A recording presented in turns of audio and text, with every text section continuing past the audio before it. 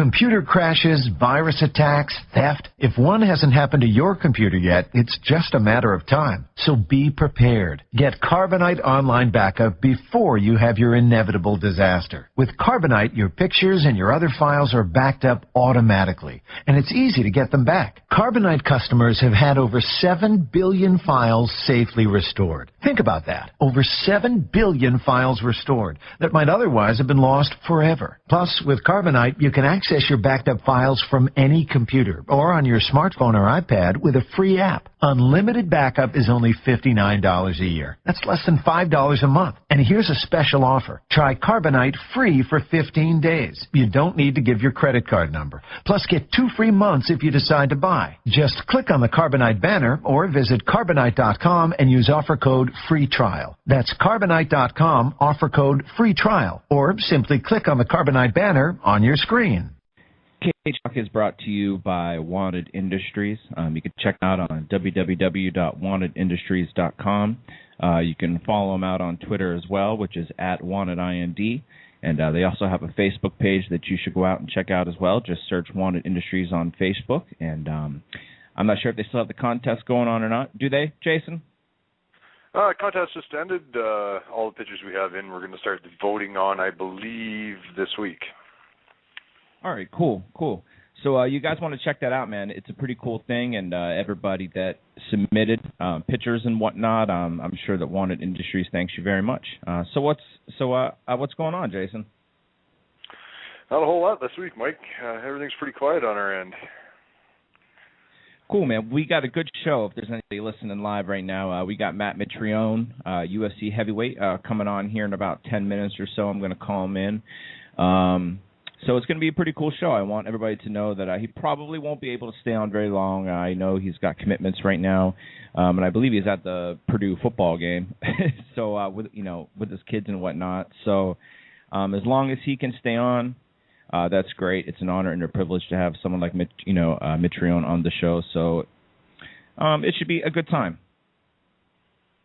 Absolutely, as always, Mike. Yes, absolutely. So I guess until Matt comes on, until we call him in, which is, just a few minutes from now, UFC Rio, man, what'd you think of it? I thought it was a good card, actually. I was pleasantly surprised at some of the outcomes and not quite surprised at others, but, it was very well put together. It definitely was, but it was really the main card itself. I thought it went real quick, man. Like, it was just like one fight after another, and it was just, for some reason, I'm not sure if it's like a mental thing, but ever since they started at 9 instead of 10 Eastern time, it almost seems like that the cards are going much quicker. I'm not sure if it's just because of the matchmaking and the fights that they're putting together that are ending rather quickly, because obviously the co-main event and the main event, they weren't the longest fights. So, even Nedkoff and Louis Kane, that fight wasn't very long either. So, but it just seemed like it was a very quick card. I'm not sure if you got that feeling or not. Yeah, actually, we were discussing that during the fight. They never stop in between fights and show undercard fights, but they didn't this time. We did notice everything was fast and furious. Yeah. I believe everything was done and over with by like 11 or 11:30. Yeah, it was crazy. Like, it might even have been like a little quicker. It's just that they showed the Eric Silva fight, but they also showed the Eric Silva fight on the Spike TV prelims. So I wish that they would have shown another undercard fight. I realized that it was a pretty nasty knockout. I mean, that kid looks pretty tough, man. And but I would have liked to have seen a couple other fights as well. I mean, I think that they can start like fitting those in. I really do. And I wish that they would actually show more fights on the pay-per-view itself, than like having to go out to Facebook and having to go to Spike TV at the moment, and then having to go out to the pay-per-view. I wish that they would either just show all the fights on Spike TV, as far as like the prelims go. I understand that they have time constraints, and the actual network, station itself probably can't house that many, but I think that they could very well show more fights on the pay-per-view. I would agree. I think they should show the whole damn card personally, but that's not about to happen. for one reason or the other. But yeah, I would definitely agree. I'd like to see more of the fights on the main card on pay-per-view. Yeah, definitely. I mean, I understand that it definitely probably costs money to put things on pay-per-view, and they pay, for, a lot of time and whatnot. But in reality, I mean, if I'm spending $50, I want to see more than 5 fights. It might just be, as I say, a selfish action upon myself. And it's awesome that they give people free fights. I mean, not everybody can afford to buy a $50 pay-per-view. So it's pretty cool that they give people, the ability to watch some free fights. But I would also like it if they could show, I don't even care if after the whole main card they show the undercard. I don't even care if it's after or before. It's just that when you have a quick card like UFC Rio, it would have been pretty sweet to see more fights, because I didn't get a chance to watch all of the prelims, and I actually just recorded the Spike TV card because I didn't have a chance to watch it, so I watched it afterwards. But, I mean, I think that they should just replay the whole damn thing on pay-per-view. I think that'd be fair to everybody, absolutely. And, where everybody's going out now to watch them more so, too, it'd keep establishments going a lot longer, too, in my opinion. Yeah, definitely. And especially that they're starting at 9. For when they started at 10, sometimes they ran till almost 1 o'clock in the morning, so that's a little later. You get a lot of drunk people in the bar, and, you might cause a little bit of rowdiness. But when they're starting at 9 o'clock, I don't see an issue with going till 12, 12:30. I mean, show the card after the main card. I don't care if I watch the main card live. I understand that a lot of people can order a pay-per-view at 5 o'clock, you know what I mean? Because that's when it would start, like 5, 6 o'clock. So I understand the concept of just putting them on Facebook and things like that. But as I said, after the main card, I just wish that they would air the entire, instead of replaying pay-per-view twice in a row, play the entire undercard after the main card. And I think, I don't know, like I personally would enjoy that, but I'm not sure, whatever. I would also enjoy more than one fight on Fox, but we'll see. I was going to ask your thoughts on that, but on that Fox card that they've got coming up. I'm very disappointed myself, Mike. Yeah, I understand the concept. Dana came out and said that this first fight is just to try to bring new viewers. So they're just showing that, the one big mega fight to just, they don't want to set themselves up for failure if they have like 3 real boring fights, and then newcomers are like, what the hell am I watching? And they don't stick around to watch the main card or the main fight, and Dana's thinking that Velasquez and JDS is going to be, the first Griffin Bonner fight. And I don't see that fight going to a decision. We could talk about that later as it comes closer, but what if this fight goes 1 round? What if it ends in the first round? Then your first show on Fox, even though that they slotted it to be an hour with a bunch of pre-show and after-show stuff, in reality, as soon as the fight's done, I'm probably not going to watch the post-fight stuff. I just probably won't, especially depending upon what time that they show it. But I don't know. Hopefully they say that their card's coming up, after this card will be the 2 hours like it was on Versus and Spike TV and things like that. But, their first big show on Fox, I was just expecting more than one fight. I was too. I was actually expecting an epic card just because it is the first time they've been on and they're trying to put the best foot forward. And I would have anticipated, a real blockbuster lineup of fighters to be on that first show. But it's really left 139 in limbo now without that main event. I was looking over the card after the decision came out for what fight was going to be on, and I looked at the card and I thought, oh my. Like, I think they've got Brian Bowles and Uriah Faber now in the main event slot. Sorry, but I'm not watching that as a main event. Right. Even if it was never officially announced that they were going to be at that UFC. It was never officially slotted on that card. That's the card that they were targeting to have it on. So instead of officially announcing it, they did bump it up to Fox. So they didn't officially announce it for the 139 card, whatever. But people who were going to 139 and planned on going to 139, I'm just happy. I mean, I don't even think the tickets didn't go on sale yet, did it? No, not that I know of, no. Well, thank God, because let me tell you what, if I would have bought my ticket for JDS and Velasquez and they would have taken it off the card, I wouldn't have been a very happy camper. No, you and me both. Yeah, I mean, it just would have, I mean, not that Bowles and Faber aren't going to be a good fight, but how can you replace Velasquez and Junior Dos Santos with Uriah Faber and Brian Bowles? You know what I mean? It's not fair. No, it absolutely is not. And again, it's not a draw like that fight's going to be. Right, definitely. Well, even though there's rumor that it'll be Fitch's first fight back, or not Fitch, sorry, Koscheck's first fight back, but right, at 185, I think, or something along those lines. That's what they've been throwing around, yeah. Right. Well, let me see here. It's about that time. Let me see if I can't get Mr. Mitrione on the line and see if he can grace us with his presence. Let's see here. I'm glad that this works.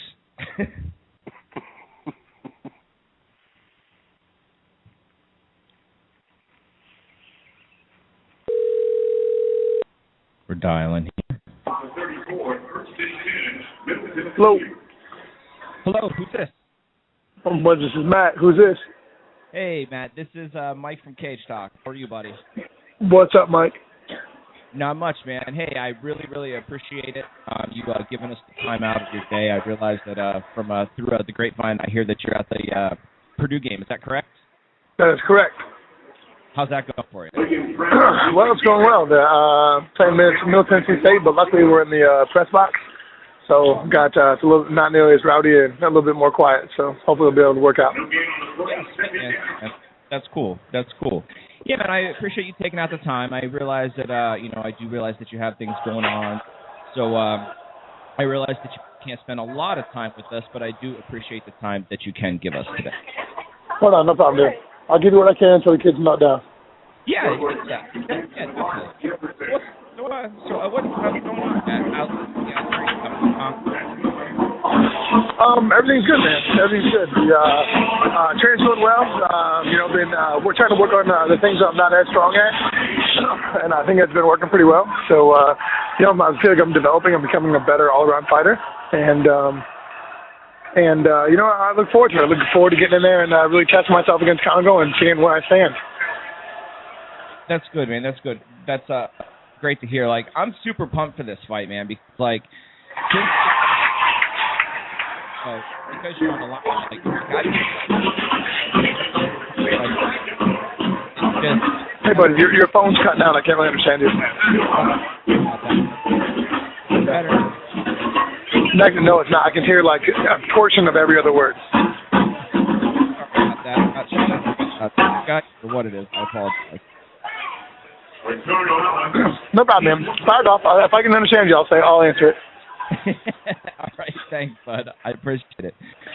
I have to say, though, it's like every time I see a fight, you're getting better, and you're getting better, and you're getting better. And especially this last one against like things were crisp, and it just looked better.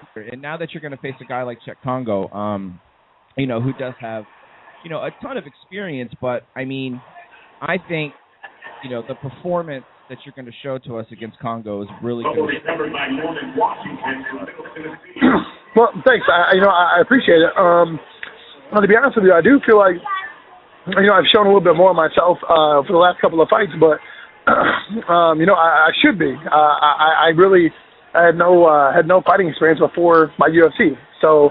Everybody's going to have a pretty drastic improvement in their first 4 or 5 fights, no matter where they're at, because they're just kind of figuring out what they're able to do and their comfort level and everything else. So, I appreciate it, but it's I think a lot of people might have a tendency to forget that and make a little bit more of it than what it might really be. But I definitely I bust my ass when it comes down to preparation and trying to get better, and I'm glad to see people see that. But with the more craft fight in particular, I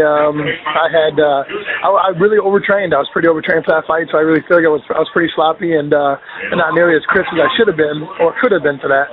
And I was a lot better in my practices than I was in the fight. So, it's frustrating But I expect good things out of myself, and I expect perfection. Awesome, man. And I definitely think that that's a great way to go about it. A buddy of mine just made his debut in the UFC not too long ago, Jimmy Hedda. And, at featherweight. And, I've seen a lot of his local shows, and, he was right down the road from me. And, like,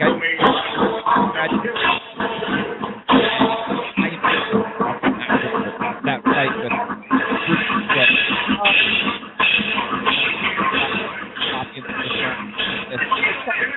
can actually admit, when, need work and things like that. I mean, all in all, man, I see nothing but great things coming. Man. Well, thanks, man. Thanks. It's a pretty exciting time. I look forward to it. I look forward to seeing what I can turn into. Yeah, definitely, man. So, from what I heard, the Dolce diet, is that right? Yes, sir. Yes, sir. I kind of wanted to make sure I took advantage of all the opportunities that were in front of me, and it's a pretty strict nutritional plan, but I feel that my brother-in-law and my brother-in-law is on it with me, and he keeps me honest, make sure that I don't cheat when I want to cheat, and we really kind of help each other about getting meals prepared and stuff like that, so it kind of helps out quite a bit. All right, awesome. I had to think about that. What do you think that you're walking around as like weight at this point? I'm sorry, could you say that, please? Sure. What are you around now as far as like, your weight goes? I just want to tighten up a little bit, everybody that ever sees me fight gets to see me with my shirt off, so I want to look a little bit aesthetically pleasing, and, kind of on top of that, I'd like to see really, I believe I'm a high-octane engine, so if I really get a high-octane performance out of a high-octane fuel, I want to see. Awesome. So from, like, what I hear from, like, mutual friends is that you're starting a gym. Is that correct? Yes, sir. Actually, we just laid the match yesterday. I'm pretty excited about it. It's something that we've been trying to get done for a long time, and it was just really frustrating because we had no place to train in Indianapolis, and that's one of the main reasons why I had to travel so much is because, everything was so, there was nothing here, so I had to travel everywhere to get work, and it's frustrating, and, and I had to spend a lot of time away from my family. So we finally got Hayabusa and Street Made and maybe a company called Good For You Drinks to really kind of throw down in the kitty and help us get this place started up. So Hayabusa is going to be donating all the bags and, some financial help for the gym. Street Made's a substantial amount of financial help for the gym. And it looks like Good For You Drinks is going to be donating the mats. So we have the mats laid down, and, everything looks really good. I'm really happy with everything. I'm happy with the tarps. I'm happy with the layout of the gym. So things look good. We actually got to pick the mats up yesterday, lay them down, get them set up the way we want to set them up. And, I'm just really excited, man. It's a good time. Good time to be, in Indianapolis. Good time if you're a fighter. Good time to be in Central Indiana. So it's good. It's good business for all of us. Yeah, man. That's the thing. And this is with, and you're doing it with Chris Lytle. Is that correct? Yeah. Well, Chris Lytle's my mentor, and so everything I pretty much do is going to be running through him. I'm fortunate where Chris really teaches me quite a bit. And that's actually one of the things with Chris is that he's a catch wrestler. He's not a jiu-jitsu guy. He's a catch guy, and that's why I've been studying quite a bit. And that actually just happened to be coincidental that I ended up becoming more passionate towards catch than I was towards jiu-jitsu. And as a result, Chris, ended up teaching me a little bit more about catch and positions and why he's so effective on the ground. And so it was nice. It was a really good thing for us. Yeah, definitely, man. That's awesome. And to kind of like change the subject just a little bit, did you happen to watch the UFC Rio last weekend? I did. I did watch it. Thought it was a really good series of fights. Yeah, definitely. So what's your take on Anderson Silva? Do you think he's the greatest ever? Hands down, I don't see how anybody could compare to what Anderson Silva, the body of work Anderson Silva has put together. I think is simply amazing. I agree, and in my opinion, he is at this moment in time, the greatest middleweight ever to fight, and he's the greatest mixed martial artist to this day that I've seen. I totally agree, 100%. Yeah, definitely. I mean, even though what certain people say, I do agree that he is the greatest ever, and he proved that again last week. So what's your take on I'm not sure if you really know Shogun and Forrest at all, but what's your take on that fight? I know Forrest somewhat well, and my opinion on that fight is that Shogun looks really good. I don't know if Forrest's head was all there because of his wife, but it was a good fight. Shogun really came out and performed, so good for him. Yeah, definitely, man. And he looked great, and I guess he's in the title contention. So UFC 137 is when you're going to be making your next appearance, right? That that is in Vegas, and that's on the St. Diaz card, right? Yes, sir. All right. What's it like, being on the same card as? I mean that's a pretty mega fight. Is Diaz and St. Pierre. It's the first major super fight, and that's it's a big deal. It's flattering to be on the GSP card, and I know that a lot more eyes are going to be on that card, and that it's a big deal. I'm really happy about it. I couldn't have asked for a better card for me to be on, and I'm pretty happy about that. Man, that's awesome. I was talking to a lot of people, and they were talking about how they don't think that Diaz should have gotten a title shot right away. He shouldn't have came right over. He should have had another fight first. He dropped the Strikeforce title. Then he ends up losing to GSP. I'm not one to really, knock one or the other. But do you think Diaz should have had another fight first, or do you think they come right over Diaz 100%? No, I absolutely think he should have gotten a title fight. I mean, he was a title holder in Strikeforce, and they're consolidating, or this is a situation in which they thought it made sense. So why should he have to go pay his dues? He already paid his dues. Nick Diaz is a badass, full-fledged, 100%. So, yeah. If you're going to try to make a champion pay dues before he gets a championship fight, that doesn't make sense. Right.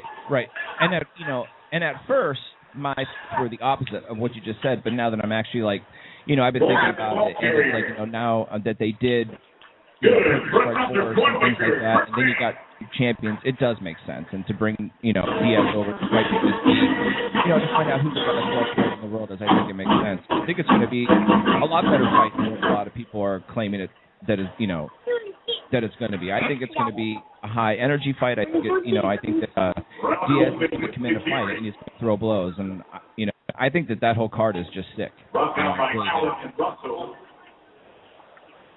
Yeah, I totally agree, man. Totally agree. And my kids are starting to melt down, but I got about one more question left, and I'm done. Yeah, no, man, that's good. I understand that you're busy and things like that, so we can definitely let you go, and I do appreciate the time that you gave us today, dude. And I can't wait to watch you fight at UFC 137, and I definitely hope that we can have you on the show again. Hey, thank you very much. I really appreciate your time and thought. All right, thanks, bud. Take care. Have a great day. Jason, you there, bud? Yes, sir. Yeah, I'm here. So I guess the people were having trouble hearing me. Yeah, big time. I couldn't hear you at all. All I could hear was Matt's responses. Damn, man, that's weird. What the fuck? Can you hear me now? Yes, I can hear you fine now. I feel like a shitty Verizon commercial.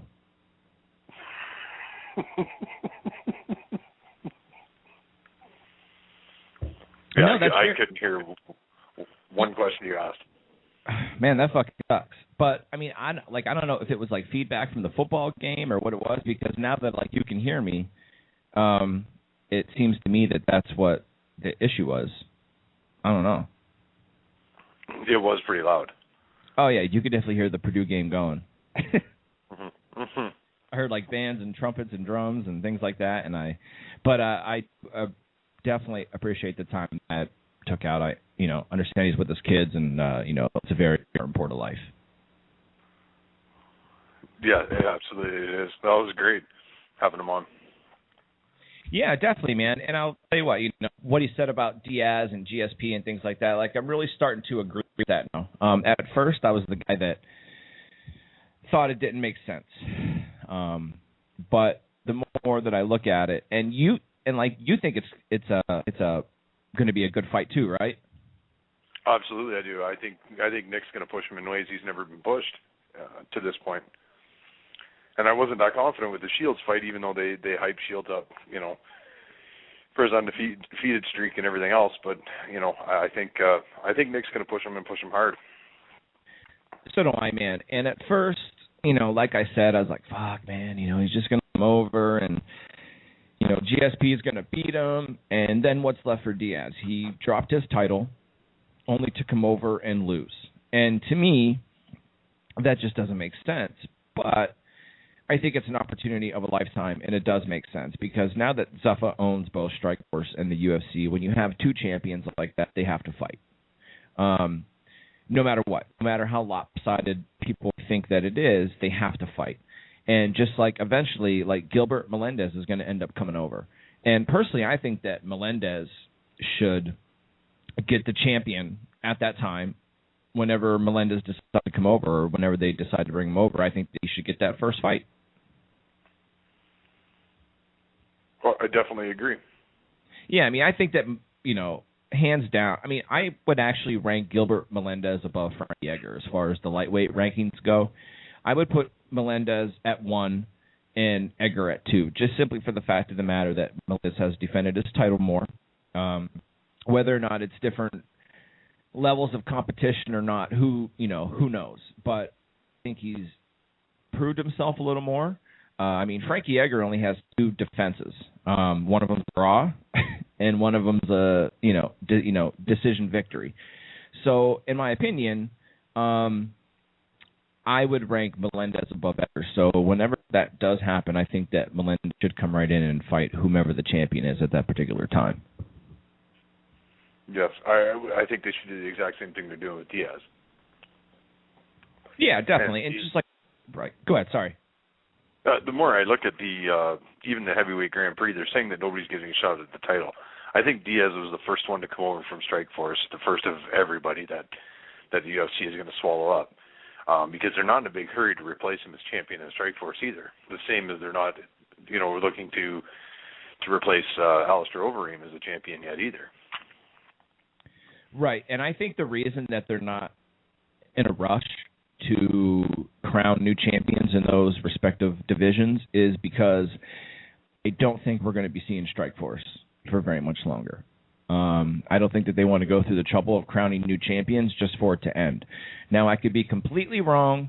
They just might not know what to do or how to do it. They might be waiting for the heavyweight tournament to end to try to get 2 guys in there, But, I can see, I think I talked about this last week a little bit about a guy that was on MMA, still can't remember his name, but, he was thinking that by the end of 2011, early 2012, that Strikeforce will be no longer, that, Dana White and company will just cut a check to cancel out all of the contracts that they have left. So... I don't know. What's your take on it? Do we see Strikeforce around throughout the entire year of 2012? No, we absolutely do not. Like I said, I think these are the first steps in making Strikeforce go the way of WEC, with Nick coming over. And I would bet that the winner of this Grand Prix in early 2012 will take the heavyweights and bring them over, the ones that are in the top tier over in Strikeforce. And I would say, by this time next year, Strikeforce will be no longer. Yeah, I agree. And as far as the Strikeforce heavyweight tournament goes, I've actually lost entire interest in it. Just because, simply for the fact that Overeem's out of it. I don't even care about it anymore. Because, in my opinion, you bring Daniel Cormier over, yeah, whatever, that's cool. He was a replacement. But Overeem was never beaten. He was my pick to win the whole thing. He was my pick to win the tournament and this and that. But he's out of it, and not because he lost, just because he was released. You no longer have one of the best heavyweights in the world in a tournament that is supposed to determine the best heavyweight in the world. So it makes it difficult for me to believe that the winner of that tournament is going to be one of the greatest heavyweights. Now, on the right side of the bracket, where you have Josh Barnett and Caratona fighting, now that's legit because nobody was taken out. But if Bigfoot Silva beats Cormier or if Cormier beats Bigfoot Silva, in my opinion, on that side of the bracket, you never got to fight Overeem. So I'm not really sure how you claim, that you're a beast when you didn't beat the beast that was in the tournament. True, I can agree with you. There's really only one fight I'm left that I really want to see, and that would be the Kharitonov-Barnett fight, because I truly believe the winner of that takes the whole thing. And depending on which Kharitonov shows up, it could go either way. With me, I'm still sitting on the fence. It's still a 50-50 proposition for either guy, because Kharitonov can go to the ground with Barnett. He can stand and bang with him too. So there's really, it's one of those fights that with the puncher's chance could really go either way. Right, definitely. And I think that the winner of that fight most certainly will take the heavyweight. My pick right now that actually Overeem is not in it any longer, my pick to win the whole thing is Barnett. Really is. Barnett's a beast, dude, and a lot of people don't realize how beast Barnett is. I mean, Barnett is a former UFC heavyweight champion. Now, I will say that he was stripped of that title due to pissing positive for performance-enhancing substances, but it doesn't take away the fact that he held that title, in my opinion. Know what I mean? And, that's why he left the UFC. It wasn't because he lost. It wasn't because he got handled. It was because, he was released. And now that he's back and, he's agreed to all these drug tests for this fight coming up, and he's passed every single one that, that they brought to him. And now they're going to retest him again prior to the fight, and they're going to retest him again after the fight. And I think that he's proven a point now that, whether or not, he did what he did, it's over and done with. He's back. He's better than ever. And I think we're going to see that with Barnett. And I think that we'll end up seeing Barnett back in the UFC as well. I mean, I don't think they're going to have a choice but not bring him over once again. I would agree, and that's only if he wants to come over. He's definitely not. Doesn't have a sight set on that as of yet. Now, maybe once he wins the tournament, that'll be a different story. But I definitely agree he should be brought over, and I think he will definitely be one to shake up the heavyweight division in the UFC and add some much needed talent to that division, because they're definitely lacking top caliber competition in the UFC heavyweight division. Yeah, definitely. And right now, I called it on the conference call that Dana White put in for the announcement of the Fox fight. I called it on the conference call, and I just made it, but I wanted to call in on it. Whatever, it didn't matter. And he said it's the most prestigious title in the UFC, and I don't agree. I think that heavyweight title has been that prestigious in a very long time in that organization. Just simply for the fact of the matter is I mean, in all honesty, I'm not taking anything away from Velasquez, okay? I'm not. I think he's beast, and I think that he, will be one of the greatest heavyweights at this point in time. But in reality, he's 9-0, and he hasn't really beaten many top heavyweights. You know what I mean? He hasn't. He doesn't have a lot of experience, man. He beat what? He had TKO'd Big Nog, and he TKO'd Lesnar. I think that JDS has a much more impressive resume than what Velasquez does. He has 5 fights, and he's proved himself over Carwin, over Nelson. I think he has a much better resume. I mean, the only thing that would keep people who rank people, the only thing that would keep JDS out of that number 1 slot is the fact that Velasquez has that title. But I would actually rank Alistair Overeem above Velasquez, to be perfectly honest with you, at this moment in time. I would even rank Junior Dos Santos above King, just because he has the UFC title. Doesn't make him number 1. It's kind of like Johnny Bones Jones. He doesn't have the most impressive resume, in my opinion. He really doesn't. His only legit top 10 win was over Shogun. And that was a laid-off Shogun coming back off, a year and a half layoff. And I think if we'd seen that fight in Rio as opposed to when we did, I think you would have seen a different outcome. Yeah, I'm not quite sure if you would have seen a different outcome, but you would have seen a different kind of fight. You would have seen Shogun's gassed. You wouldn't have seen. He didn't even. didn't see an offensive Shogun whatsoever. All we saw was a winded Shogun after the first round, and he wasn't able to do anything after that just because he was so winded because of long off. I'm not taking anything away from Jones whatsoever. This isn't a knock on Jones because Shogun wasn't healthy. You know what I mean? I was talking about this with a couple people on Twitter that these people that claim they're only 80%, blah blah blah.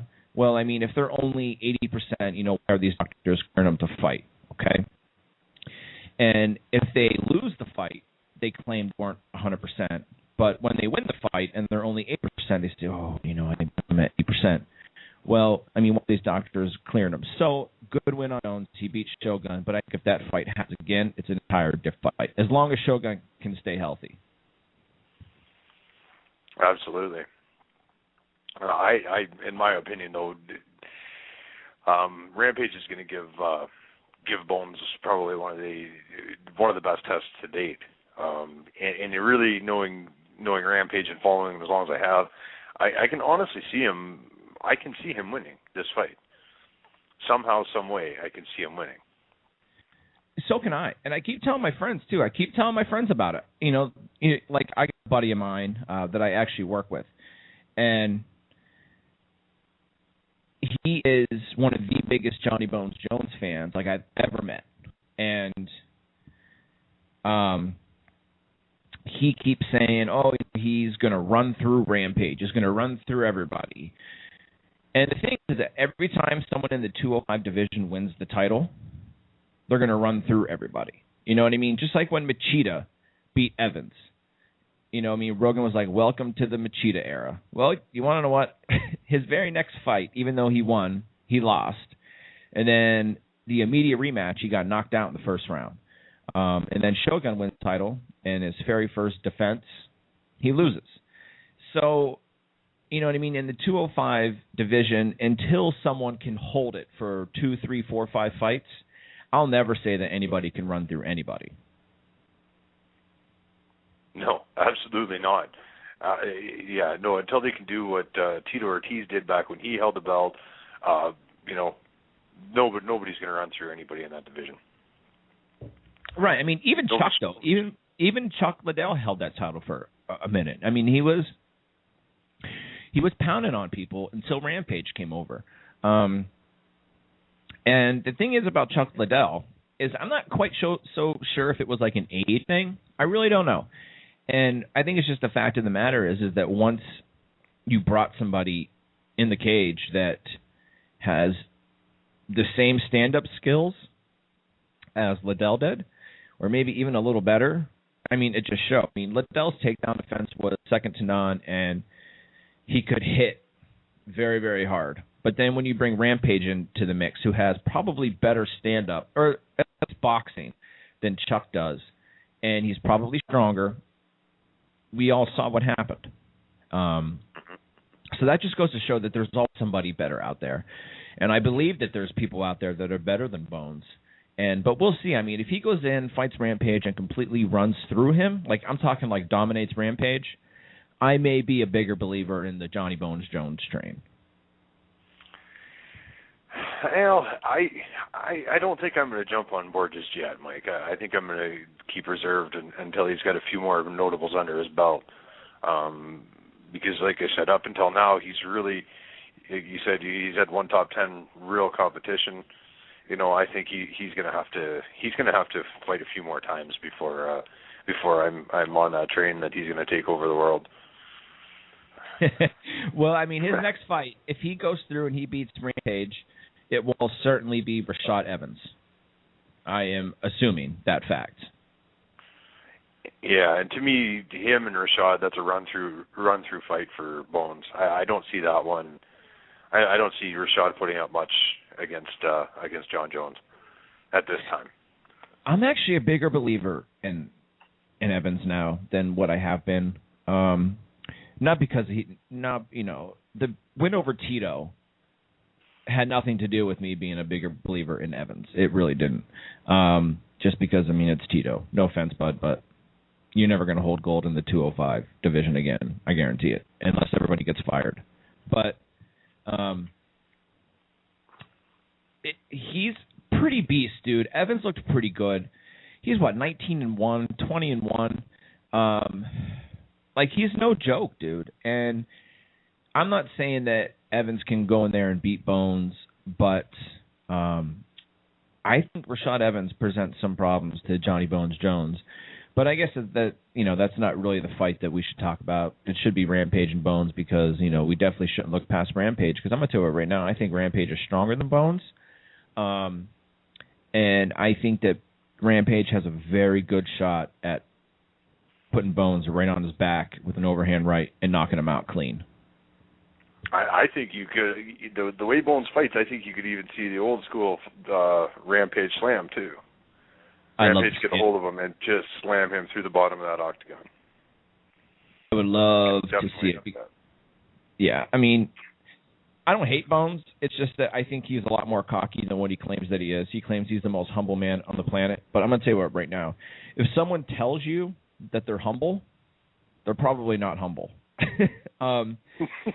If I just run around saying, "Oh, I'm the most humble man on the planet," well, that right there, basically tells me that you're probably not humble. You just want people to think that you're humble, and that you have. I'm not saying he's not grateful for the things that he's been given in his life as far as his talent and whatnot. I think that a lot of his quote unquote humbleness is a show. And I think right now in his brain that he truly thinks that he's the greatest 205 guy, and nobody can beat him. I really do.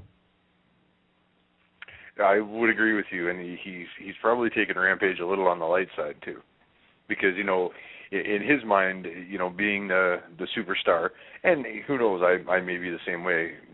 I'll never know though, because I'm not going to get in the octagon and get my face beat in, but. He's probably thinking, well, Rampage has seen better days, and he's older, he's slower, he can't hit as hard or as fast as I can, so I can see him coasting through this training camp in this fight coming up. I don't think he's probably coasting through it just simply for the fact that he trains with Greg Jackson, and I don't think that Greg Jackson would allow him to coast through it, but I think their mentality is over there that they're going to completely run through Rampage and that Rampage stands no shot. I think for the media that they give the idea that they're taking the fight serious and, they think that Rampage is this huge contender, which I believe Rampage is a contender, and I think that he presents a lot of problems for Johnny Bones Jones. But I'm not sure if that's his mental state. I'm not saying that, that he's not training hard, but I think that his age, for how young he is, I think he's arrogant, I think he's cocky, and maybe mentally he's not taking Rampage, seriously because, he thinks he's just going to run through him and that Rampage is washed up. And, as you said, he thinks he's quicker, stronger, can hit harder. I don't think he can hit harder than Rampage at all. I can tell you that right now. If Rampage lands a clean shot on Bones' chin, Bones is going to sleep, period. I would have to agree with you. We've never seen his chin really tested by a good, solid striker. The potential was there in the Shogun fight, but it really didn't come to fruition. But this Rampage is going to connect, and I guess we'll see where Bones is laying after that.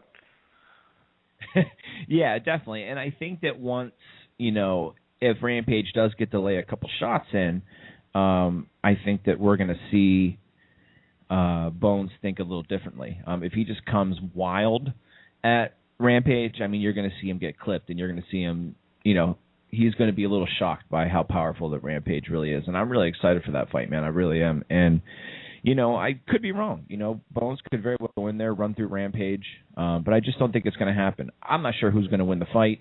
If I was a betting man and I went out to Vegas, I'm not sure who I would put my money down on, probably the underdog just so I could make more money. But I don't know, but I think that he presents more problems because this is 100% healthy Rampage. He's coming off, some victories, and this isn't a long layoff, so he didn't really get real high in weight, and he didn't have to cut a lot of weight. And I think he's training real hard, man, and I think he's taking the fight seriously. And I think he's going to prove a lot of people, wrong. I think so too, and I think too if he wins, that will set up the rematch between him and Rashad. Right. Right, and I'm actually excited about that fight because I think if that fight happens again, I think you're going to see Rampage win that fight. I absolutely agree. I definitely do. You're not going to see the same game plan, and Rampage is going to connect with that chin a little quicker because we've seen what happened when he hit it last time. He knocked him stupid. I mean, but so did Silva. So did Thiago Silva. I almost forgot his name because he hasn't been around in so long because he's dealing with his punishment for giving fake urine. But even Thiago Silva hurt Rashad at the end of their fight. He rocked him, and he almost knocked him out. I just wish I could have seen that happen a little earlier in the fight because I'm a huge Thiago Silva fan, and I can't wait for his return. But speaking of Rampage and Bones, I guess I have to bring it up because it's, it was the biggest news this past week, in my opinion. What do you think about the whole spying thing? Do you think that Bones sent a spy in, or at least Bones' manager? My junkie on my phone was down, Mike, and I missed most of that talk this week, so I really can't even form an opinion on it. Okay, well, I didn't catch it all. All right. Well, just to give you a quick little backstory of what happened. Rampage has been under the impression that there's been a spy in his camp for quite some time, okay? He had a knee injury going into the Rashad's fight, okay? And during the entire fight, Rashad, was punching him in that same knee. Like, seriously, when they were up against the cage, when they were clinched, he was punching him in the knee. I agree with Rampage, and, I've been watching mixed martial arts for a very long time now, for years and years, and you don't really see too many people punching someone in the knee, okay? Just doesn't happen. Unless you're in some sort of a leg lock, heel hook, you're trying to get out, whatever. But as far as clinched against the fence, the last place I'm going to punch you is the knee, okay? I'd rather foot stomp you than punch you in the knee. And so at that point in time, Rampage was a little skeptical about how he knew about his knee injuries, thinking they knew about it. Well, anyways, he kept hearing rumors that there were spies in his training camp for the Bones fight. And so what he did, probably breaking it down, I'm probably missing some facts here, and I apologize, but what had happened is that Rampage and his manager came up with the idea that he's going to fake a hand injury in training, okay? And they're only going to tell the people that he's training with. Well, not 4 hours after he had mentioned about his hand, Joe Silva called Rampage's manager to find out what was wrong with his hand and if he was okay and if he was, and if he was able to fight, okay? And Bones' manager asked Joe Silva where he heard it from, and Joe Silva came right out and said that he heard it from Malki Kawa, I think is how you pronounce his name, who is Bones' manager. And Rampage has heard from, I guess, from a trusted source of his, saying that they overheard Malki Kawa talking about how they knew everything that was going on in Rampage's camp. And, of course, he denied it, saying that there's no spy, that Rampage is just trying to start controversy. He's trying to, plot the fight a little better to make it more entertaining as far as, the fans and the build-up. But to me, man, that's just a little weird that 4 hours after you mention it in your strict private training camp, that all of a sudden Joe Silva knows about it. And Joe Silva admitted that it was Bones' manager that told him, okay? Now Bones' manager did say that he read it out on Twitter that he had a hand injury and blah, blah, blah, blah, blah. Well, they went out and searched Twitter and couldn't find a thing. Nobody had ever mentioned it. And, Rampage has a point when he says, well, don't you think if this was out on Twitter that it would have been huge news, that Rampage pulled out of the fight, has a hand injury, blah, blah, blah, blah. It would have been everywhere.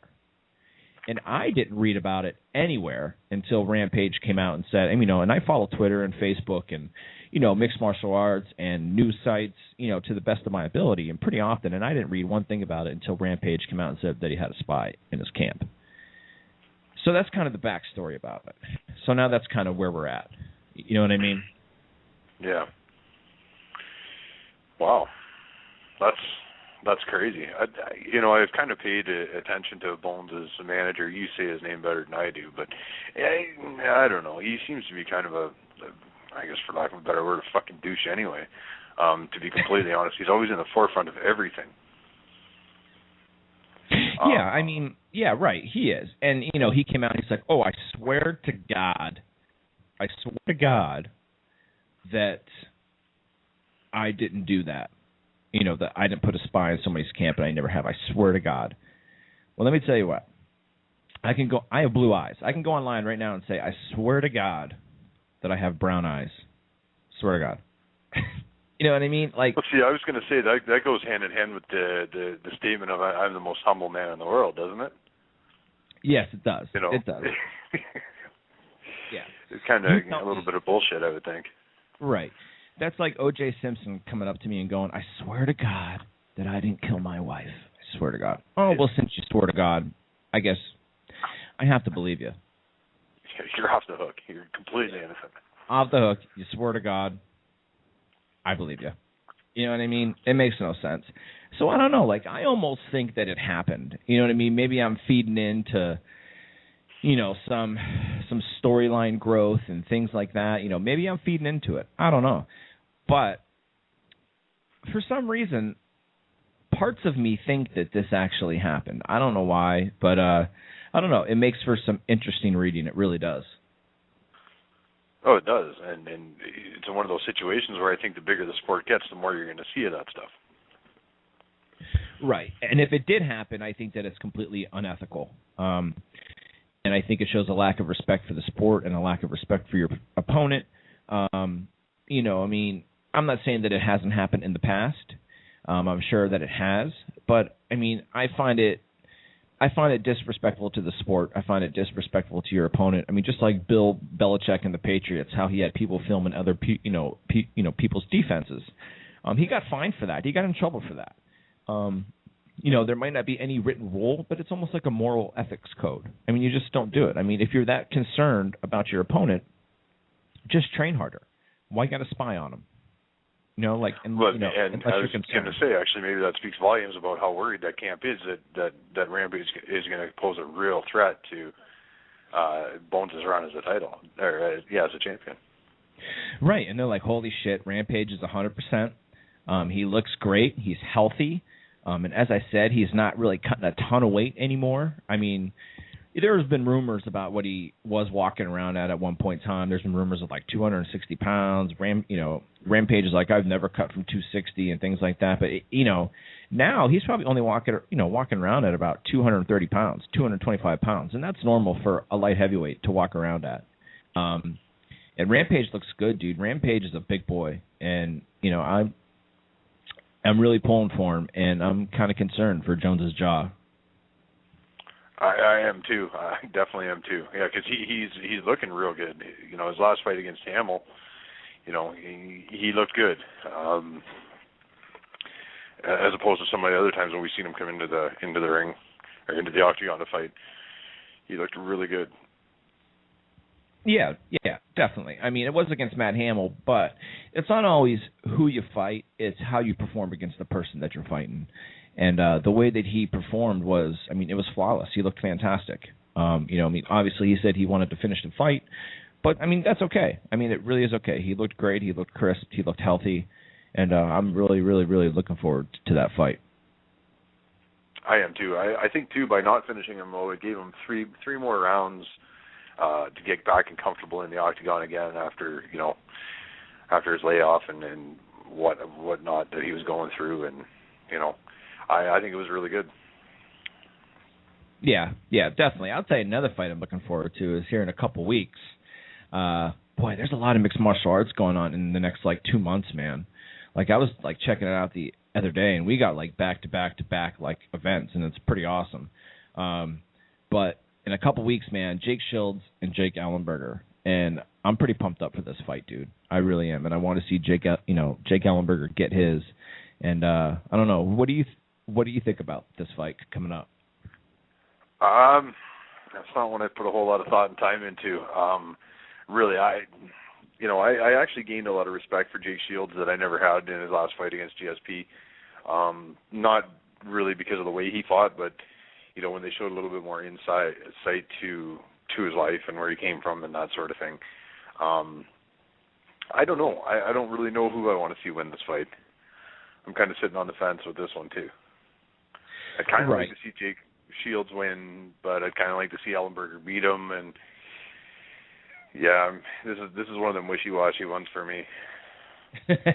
Yeah, I mean, I give Shields a little respect for his fight against GSP, but I mean, at the same time, man, like he couldn't do anything against him. Like he just couldn't. Like his takedown attempts were, looked like my takedown attempts. And I don't even have any takedowns. You know what I mean? I think I wrestled for 1 year and I'm 0-1. I was a replacement 1 year. And they're like, "Oh, just go out and wrestle." And I was like, "All right." I got pinned in like 30 seconds. It was fantastic. But that's besides the point. I was a baseball guy. But I don't know, like just his performance against GSP, just kind of proved the point over and over and over again that, whether or not you think GSP is boring, his game plans are flawless. He is probably the best game planner in the history of mixed martial, in the history of the sport, hands down. He knows exactly how to fight you, how to defend your strengths, and how to score points. And I'm not really sure. I mean, I know that Shields hurt him, but that was just with one punch and he couldn't capitalize on it. But I'm not sure, man. I'm not really sure what my feelings are on Jake Shields. I think he's one of the better welterweights in the world, but I would have liked to have seen him fight, someone a little, not that not that Ellenberger's not tough, but I would have liked to have seen Shields fight like Fitch, for instance. That would have been more entertaining for sure. Not to say this fight isn't going to be entertaining, but the talk beforehand would have been a whole lot better, I think, between two of them. Yeah, definitely. Now, I'm not sure if you know this or not. This was they talked about it last night on MMA Junkie, but you know how Brett Rogers got in trouble for beating up his wife, right? Yes. Well, he's back. He's not back in Strikeforce, but he was signed to Tutting Fighting Championships, and he's going to be fighting Eddie Sanchez on September the 23rd. And I'm not really sure how I feel about that. I'm not sure if you know a lot about Eddie Sanchez or anything like that, or about Brett, Rogers, but I don't know, man. Like Brett, Rogers was saying that he just didn't, take things seriously. He said he got a big head because he was 10-0, and it was real ego, and that's why he lost. I personally just think that Brett Rogers just really isn't that good. What's your thoughts on Brett Rogers? I think he'll do well at the local circuits. I don't think he's going to climb his way into the UFC heavyweight division in any way, shape, or form. Even through the Tough House, I don't think that would even be an option for him. But I think on the regional, like in the Titan and MFC, I think he would do all right.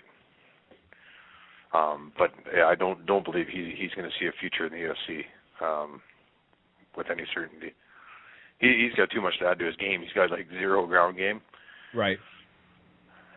So no, I mean he did look good against when he fought Fedor. He did look good, and damn near won that fight. But when he fought Overeem, it was just like you or I beating up on a kindergarten kid. There was just no offense from Rogers at all. He had no answers for Overeem. He was just simply outmatched. And to get into the UFC, he's going to have to at least show up for a fight like that. Well, I mean, Dana has come out and publicly said he's like, Brett Rogers will never fight for us again. So I don't think we'll ever see him again. Now, I know Dana has said things like that before, and people have, fought again for him. But, I mean, for something like this, to have something like that on your record, beating up your wife, or whatever the story is, I obviously wasn't there. But, I mean, he's come out and said that he'll never fight for us again. And but, yeah, I mean, losing to Overeem, but Overeem's an animal, dude. And Brett Rogers just isn't even close to the level of Alistair Overeem is. And I'll tell you what, dude, I'm really, really, really excited that he is in talks with the UFC, man, and I can't wait. Like, who do you think he's going to fight first? Like, there's rumors of Lesnar, there's rumors of Mir. I don't know. I'm pumped to see Overeem fight. What about you? I'd love to see him. There's the rumor I just heard was it's going to be Lesnar and him at 140 here in Canada. Was a rumor I just heard. Now, again, that's just talk, but that'd make going to the event a lot more exciting for me. I would absolutely love to see that. I would like to see Lesnar stand up, improve in his, because I heard he's actually in camp now. So I'd like to see that improve because there's no way that Overeem's going to get it to the ground. And if he does, there's really not a lot he's going to do with that big gargantuan on top of him. There really isn't. Yeah, he's gonna get owned on the ground. It'll probably be reminiscent of the Heath Herring fight. I think Lesnar can get him down, and he can keep him down, and he can beat on him and hit him with them big lunch boxes that he's got. And I think that's really Lesnar's key to winning over Overeem in that fight is to take the stand-up away from it. I think Lesnar's in a lot of trouble if that fight happens. I really do. I mean, what a lot of people don't know, because Overeem's gotten so involved in kickboxing because of K1 and things like that, and he's gotten so involved in the stand-up game that people forget that most of Alistair Overeem's wins are by submission. And, like, his ground game is no joke. And now I'm not saying, like, having Lesnar on top of you is a different ball of wax. I know that he's watching his weight a little more, so he's not coming into the octagon at 285, whatever, 290 like he used to. He walks around at about 265, 270 now.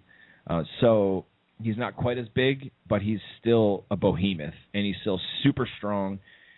But I don't know, man. Like, I can't wait for Overeem to fight, because we're really going to see the caliber of mixed martial artist that he really is. This is almost like, Fedor getting a chance to fight in the UFC. For so long, people have thought that Overeem is the best heavyweight in the world, and now we're going to get a chance to find out. You know what I mean? I could be wrong. Like, Lesnar could come in, work on a stand-up, be an absolute animal, get him down to the ground, and pound him out. And I can tell you right now that Lesnar's cardio is probably far surpassed Overeem. That's where I was going to go with it next, Mike, is that the cardio I've seen in Overeem's last fight, he better start, like I said before, he better start going with the Diaz brothers, because he needs to improve that. If he doesn't improve that, it's Lesnar all night long, because Lesnar's going to push the pace to the point where, halfway through the first round, Overeem is going to be gassed and panting heavy and have his mouth open, and he's going to get clipped. Yeah, that's absolutely. my true feelings, because I know Lesnar has a home up here in Canada that he trains out in the bush, and he's just I guess, for lack of a better phrase, he's just a backwoods hillbilly that he trains a lot of the old-fashioned way, and he's going to have cardio for days. And going 3 rounds with Alistair Overeem won't be a problem. Well, if that's a main event, it's going to be 5 rounds, because they changed it. And right. And so I'm not sure it takes effect when Lieben fights Mark Munoz. So I'm not sure when that fight is, but they're going to be the first 5-round fight main event. So in UFC 140 in December, when if that fight happens, if it does, if that's a main event fight, that's going to be 5 rounds. And we've already seen Lesnar go hard for 5 rounds, or 3 rounds, I should say, against Heath Herring. And he was barely gassed after 3 rounds of just punishing Heath Herring. And he wasn't very tired. He looked crisp. And as you said, it's going to present problems for Overeem. And if Overeem can't end it in the first couple rounds, I'm going to have to go with Lesnar then. Yeah, absolutely. I don't want to say it, but I can't see Lesnar getting knocked out by Overeem, simply because I don't think Overeem's got the gas in his tank to hit that chin as many times as it needs to get hit to put him out. I mean, look at Shane Carwin when he hit him and hit him and hit him and hit him and hit him. He didn't knock him out. But look at Kane, though. Kane worked him. Man, he worked him in the first round. Still didn't knock him out, though. You're right. He didn't knock him out, and he doesn't have to knock him out. He just has to TKO him, and he has to get him in a position where he can't defend himself, and they'll stop the fight. And in my personal opinion, I believe that Overeem has better stand-up than Cain Velasquez does. However, does Alistair Overeem have better takedown defense than what Cain Velasquez does? Because Cain Velasquez was taken down by Lesnar, but he popped right back up. And the question is can Overeem do that? Can he pop right back up? Can he defend that takedown? And I say no against somebody like Lesnar. So if Lesnar gets him on the ground, Overeem's in a lot of trouble. If Lesnar can't take Overeem down, Lesnar's in a lot of trouble until it reaches the later rounds. I say later rounds, though, in this fight, Mike is only the second. We've seen him in his last fight, and, by the second round, and it really wasn't a fast-paced physical fight, but he was tired. He was breathing heavy and hands on his hips, and it just, I don't see this turning out really good for Overeem. I think his first fight in should be, maybe against a guy like Carwin. Yeah. Even though Carwin does have good wrestling pedigree, Carwin is more comfortable to stand up and bang with you. And I think that would be a better way for him to come into the UFC. Because, again, Carwin's cardio isn't what Lesnar's is. I don't think there's a heavyweight with the cardio of Lesnar.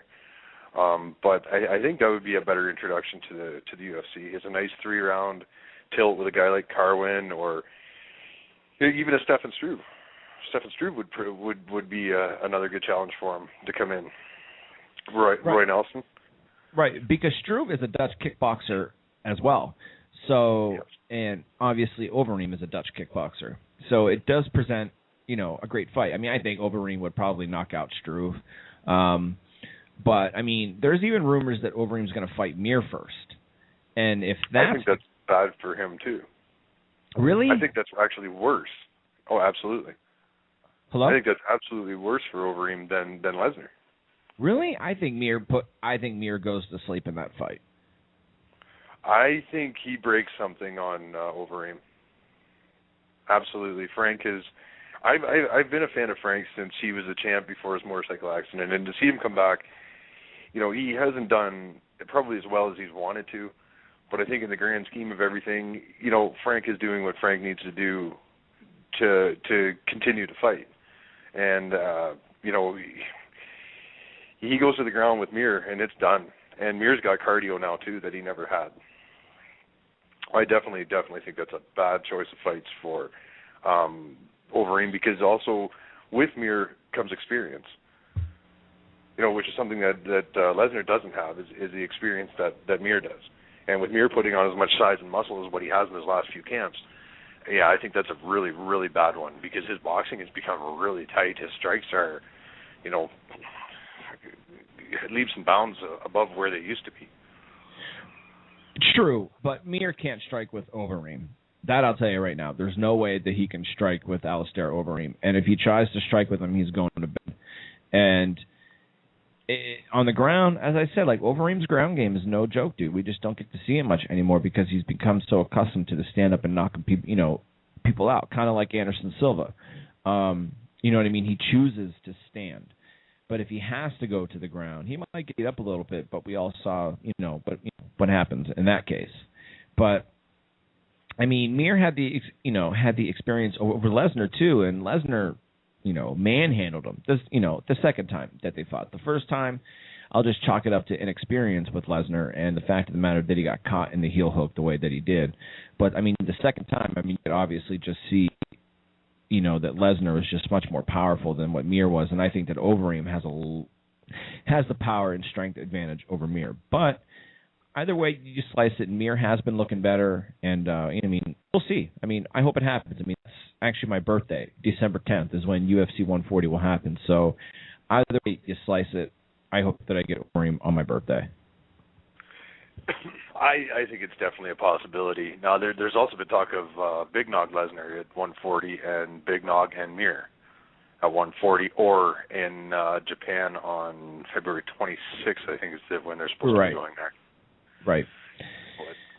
I don't like Big Nog's chances against Lesnar.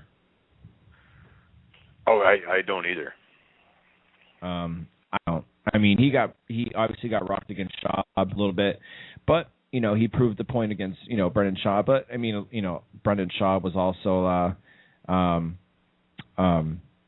had his hands down to his waist basically, and he wasn't defending himself against Nog. And a buddy of mine was telling me as well. He's like, Shaw probably wouldn't have got knocked out with his hands to his side, but he did.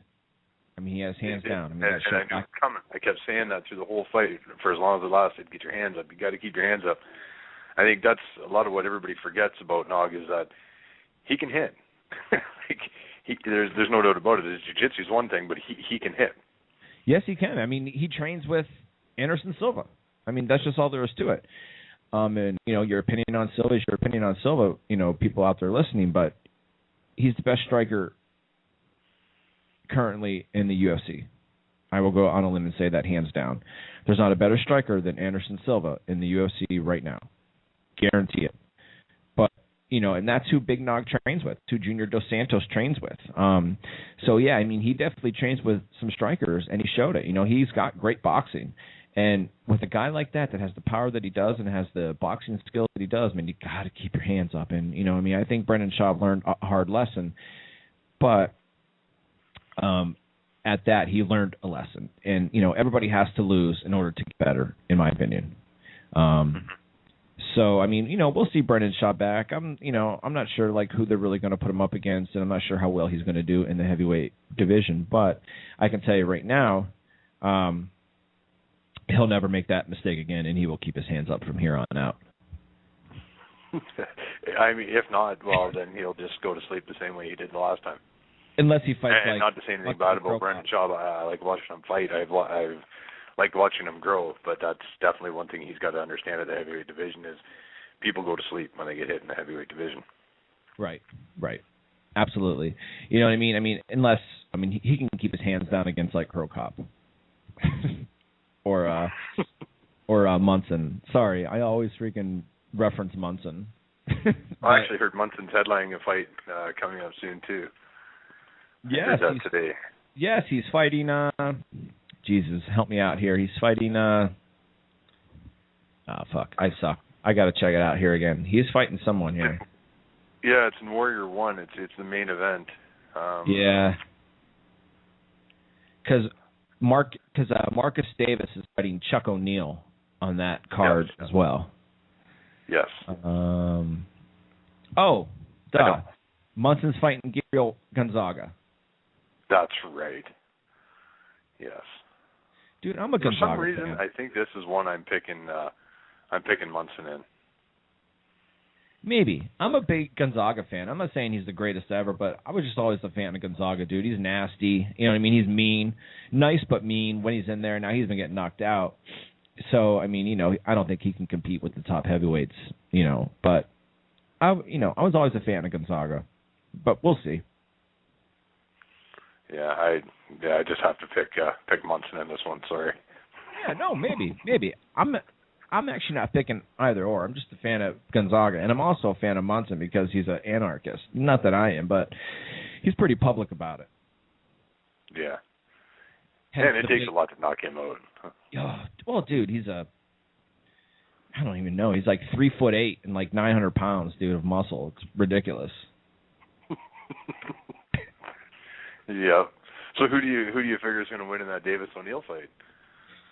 Marcus Davis. I was going to say, I must agree. I don't see Chuck doing a whole lot against Marcus. It's going to be a long night for him.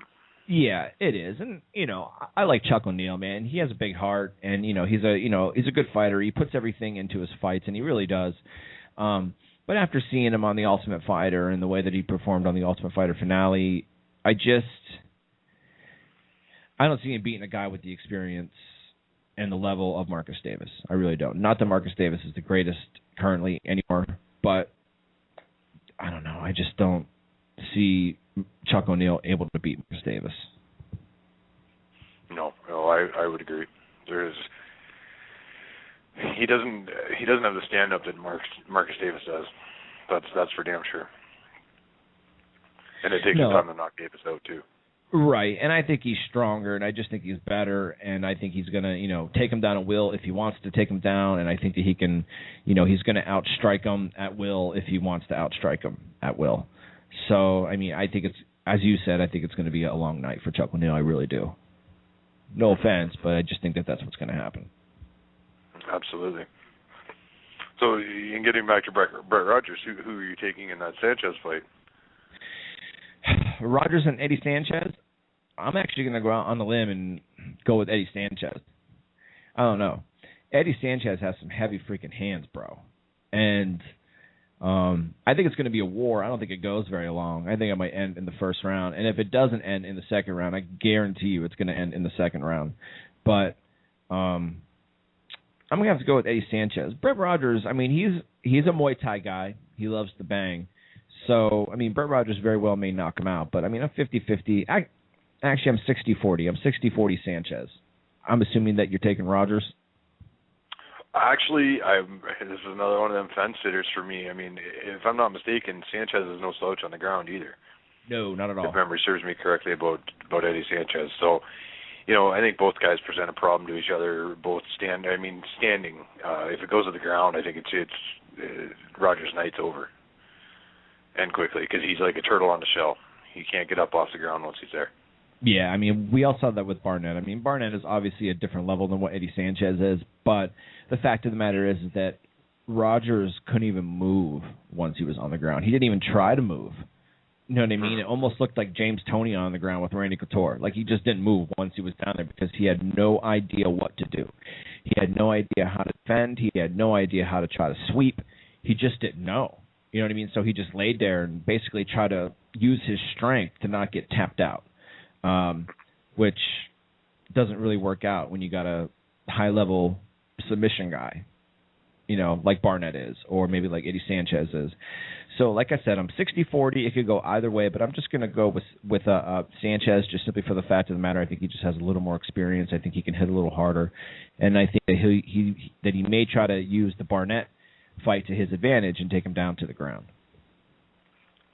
Yeah, if he does that, but Sanchez gets drawn into the stand-up wars and loves to bang too. So, you know, I think Rogers can knock him out on the feet, but I think if it goes to the ground, it's lights out for Mr. Rogers. Right, definitely. Rogers definitely has all the capabilities of knocking him out. He really does. As I said, I mean, he can hit hard. We all saw what he did. I mean, he broke Fedor's nose. I mean, he made his face a mess in that fight. And it just so happens that, you know, Fedor was Fedor. He just stood back, bounced and bounced, bounced and bounced and bounced, and he's a very accurate striker as well. Give Fedor that. He knows where to throw his punches or when to throw his punches. And he just sat there and waited. And he knew that he was faster, and the minute that Brett Rogers started swinging, he threw that right cross, man. You know what I mean? And ended that was it. Yeah. Yeah. Yeah. And so he jumped clear off his feet when he landed that one. Oh yeah, man. I mean, it was a nasty punch. It really was. It was a nasty hard punch. Fedor can punch. We all know that. But yeah, bro. I don't know. We'll see. I mean, I think it's going to be exciting, and I'm really pumped that they show these fights on HDNet. I think HDNet's the greatest fucking channel in the world. Actually, last night was the first night in a very long time that they didn't have some sort of a live mixed martial arts event, and I was kind of bummed out. They showed the undercard from the Jorge Masvidal and KJ Noon Strikeforce fight. But I don't know. Do you guys get HDNet in Canada or no? Yeah, man, we do, but it's expensive as hell to get it up here. Yeah. I think by the time everything's said and done, it's an extra $80 on your cable bill. Dude, really? Yeah, because you have to subscribe to all the HD channels and get a special HD converter and all that kind of good stuff. Oh yeah, it's a real money grab up here.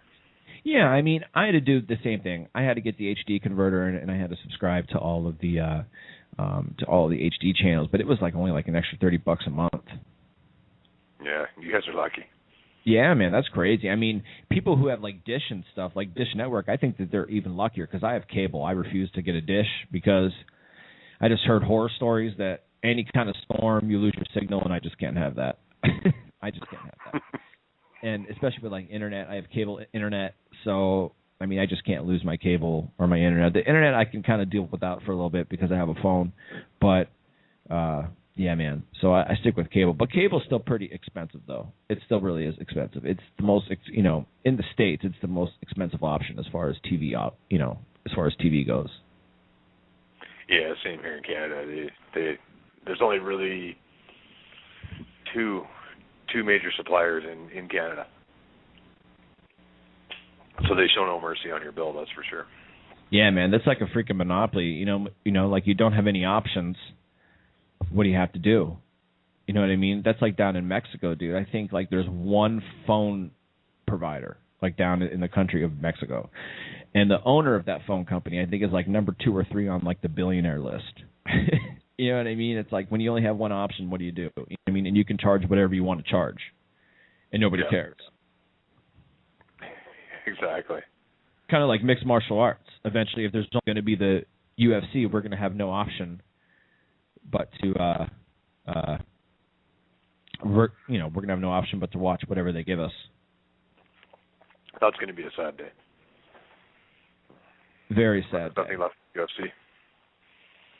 Yeah, very sad day, man, because like I said, dude, like I love watching HDNet on Friday nights, man. Like that's like my Friday night, dude. Like I grab a couple beers, I watch HDNet, and I watch my Inside MMA, and then whatever live event they have afterwards, or if I'm tired, I just DVR it and watch it like Saturday mornings. It's a great station, dude. You know what I mean? Like they show all the K1s, all the like the smaller promotions like Titan Fighting Championship. It's always on there. MFC just signed a huge deal with them, like a multi-year deal with HDNet. So, yeah, man, if I lost that station, dude, and I only had the UFC to watch, I'm not really sure how happy I would really be. Yeah, no, I know. Let's see, up here in Canada we got the Fight Network, but they only show fights from like 1999 and older. There's nothing new that's on there. Everything's old and old K1. And, I mean, Jesus, you can watch Butterbean, I think, 5 days a week on there if you really wanted to. It's real sad. Butterbean. Yeah. He had a brief little stint in mixed martial arts, huh? He did. I heard he won, didn't he? I don't know. I think I watched the fight on YouTube not too long ago, and I believe that he did win. But it was just whatever, dude. He weighs like 390 pounds or some shit like that, dude. Like he could never fight on a main stage because he could never cut the weight unless they had like a super heavyweight division somewhere. I think they're going to have to go to that soon enough. I think so too. Right. I think so too, man, because the fact of the matter is that, I mean, they're talking about bringing around the 125s. Okay, they're talking about bringing the 125-pounders into the UFC. And it would give guys some options, like the smaller guys that, fight on the local circuits that don't have the option of a 125 division on a main stage.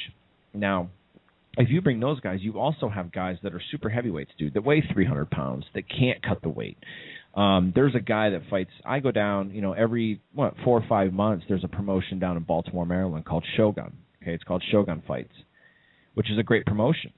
And normally their main event are like super heavyweights. Okay, and one of their super heavyweights that they always have fight down there, his name is Ryan McGowan, and this guy, like he's solid, dude. Like he's a beast, and he's like 300 pounds, bro. And when you're solid, when you're a solid 300 pounds, it's hard to cut weight. It's hard to cut down to 265. If you have a lot of fat on you, it's not so tough. Just a little cardio, a good diet, and you'll cut the weight. But when you're solid, dude, and you have to lose muscle, that's not the easiest thing in the world to do. At least not, I mean, I don't know. I'm not a dietitian, and I'm not a specialist at losing weight. I can send you a picture of my belly, and you can obviously see. But, I mean, you got a guy that's 300 pounds of solid muscle, dude, or awfully close to solid muscle. It's hard for him. So I think that they should bring in the super heavyweight division. Now, I don't know if they can find, as Dana White says, that, women's divisions aren't deep enough in order to make, in order to bring women over into the UFC. So I'm not sure if you can make a deep enough super heavyweight division. But, like, guys like Brock Lesnar could easily fight at super heavyweight. Mm-hmm. You know what I mean? Like, he could easily come in, weigh in at 285 pounds and fight somebody, or you just make the division like 266 up to 300. Yeah. Because when you have heavyweights that are like 218 pounds, 220 pounds, like Fedor, for instance, is a good example. He walks around to like 230. We obviously see what happens when he fights bigger guys, although he did lose to Dan Henderson. But, he gets mauled when he fights bigger guys. He just happens to catch them. But you get a guy that's 230 pounds, fighting a guy that's 270 pounds. That 40 pounds is a big difference for them, especially if that 270-pound guy is a talented wrestler and he's laying on top of you. Absolutely. I think it would open up the heavyweight division a bit, too. I really do. Then you could see the guys Fedor size actually, making a good run at it, and the bigger monsters are up dealing with their own problems. Right, definitely. And then, you would see guys who could fight at 220 pounds and stand a chance. You know what I mean? Like, you could, you can make heavyweight from 207 to 245, even 250.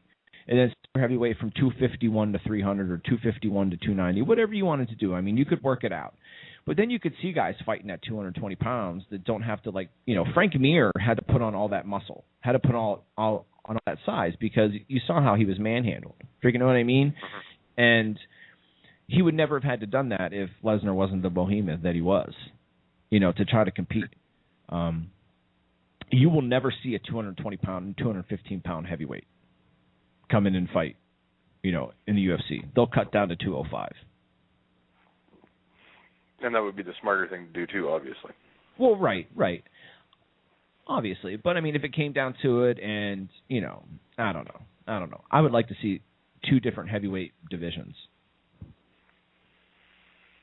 I would as well. I think it'd make some of the fights more interesting.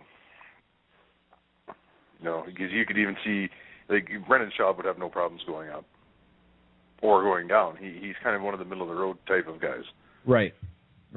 He doesn't come in at 265, if memory serves me correctly. No, I think he weighed in 244, 245 maybe. I think it might have been 247. You know what I mean? Nog came in at 243.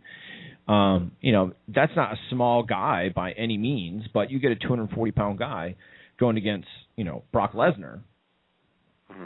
That's a huge difference. That's a huge size difference. Although Cain Velasquez proved that, size isn't always the difference. You know what I mean? Size doesn't always matter. No, because I think for that fight, he only weighed in at about 245, 250 in that area. Yeah, man. I mean, that's what he walks around at, basically. When they were doing the, follow him around into the lead up to that fight, you know what I mean, on those programs on Spike. He's like, yeah, I can eat anything I want, whenever I want. It doesn't matter, you know what I mean, because I don't have to cut weight. So, in some cases, I think it's beneficial because you don't have to worry about malnutritioning yourself in order to be, able to fight. Absolutely. I'd almost like to see the comeback of Hong Man Choi if they brought out the super heavyweight division. I think that'd be interesting. No. No, I really don't. I don't really have a response for that. He's 2-3 or something like that, right? Yeah. No. I mean, he's big. He's a freak of nature, but Bigfoot Silva would roll him in under a minute. Think so? Oh yeah, man, definitely. Hong Man Choi, I believe, was only in mixed martial arts because he was so big, and he thought that he was going to do damage. I'm trying to find his official record here, and then I'll see if you still feel the same way. Let me see here. See if I can find it. I'm trying to Google and still hit the microphone at the same time here. What is it? HONG. Let's see. Here we go. He's 2-3. 2-3, and oh yeah, his biggest win is over Jose Canseco. He fought Jose Canseco in 2009, and he TKO'd him with, it says submission with punches. I don't really know how you can, it's a TKO in my book. You can't submission somebody into punches or whatever, even if they tapped. It's a freaking TKO in my book. But, yeah, I mean, he lost to, he lost to Crocop via low kick. It says low kick. It says TKO low kick. I wouldn't have to Google that fight to see exactly what they meant by that. But if he literally just won with a kick to the leg, no, dude, Hong Man Choi wouldn't do very well. He was more into K1. Yeah, I mean maybe kickboxing. You know what I mean? Yeah, his kickboxing record is way better. Yeah, well, he's huge. His reach is probably 9 feet. He's 7'2", bro. Yeah, I know. He could hit you from across the ring. Yeah, he's 7'2", 350 pounds. That's a big boy. He's lost to a few notables though. Well, yeah, he's only been in 5 fights. So like, for how big he is, they probably try to give him a couple big names just to see how like he would do.